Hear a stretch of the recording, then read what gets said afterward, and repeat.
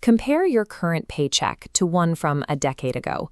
The nominal number has likely grown, yet the actual experience of modern life feels increasingly like financial suffocation. This pressure is reflected in a staggering data point. American household debt totals $18.2 trillion. This is built on $12.8 trillion in mortgages, $1.63 trillion in student loans, and $1.18 trillion in credit cards. These debts are reaching a breaking point.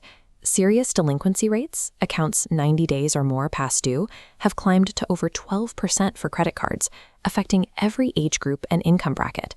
Despite working longer hours and earning higher nominal wages, the average American must now borrow money just to maintain a basic standard of living. The housing market provides the clearest evidence of this systemic fracture, especially when compared to the baseline of the early 1970s. Economists track this using time price, a metric that ignores fluctuating dollar amounts to measure exactly how many hours of human labor are required to buy an asset.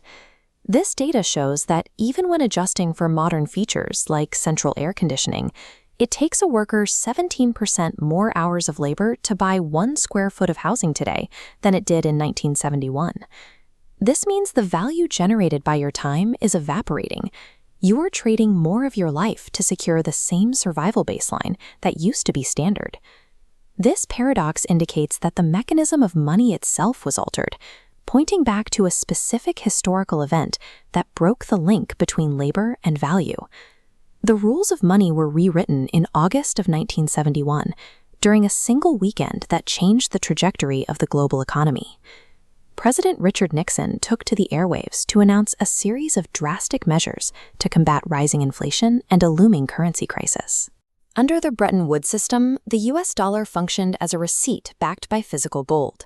Every dollar in circulation was anchored to a finite amount of precious metal held in Federal Reserves.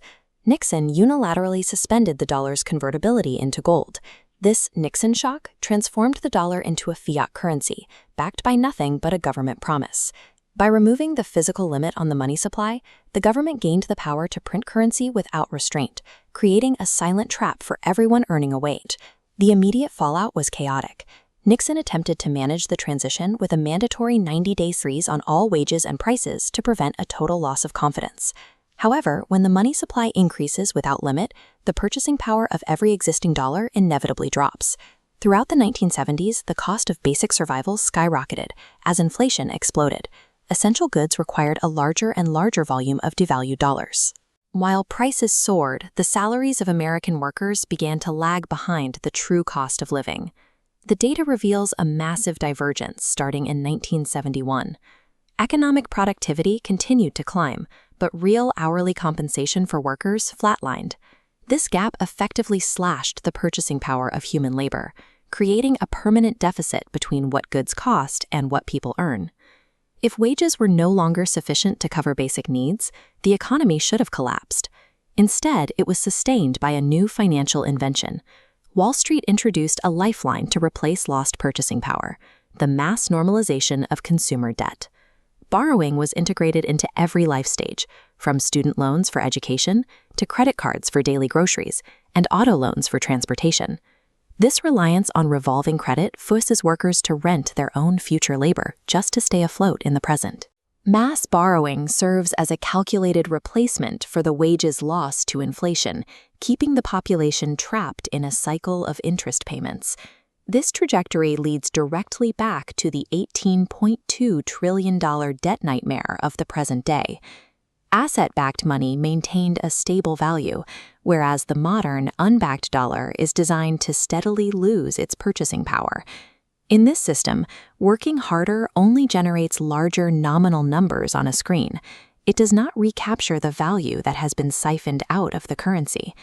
The modern debt crisis is the inevitable outcome of the 1971 decision to detach money from its physical anchor.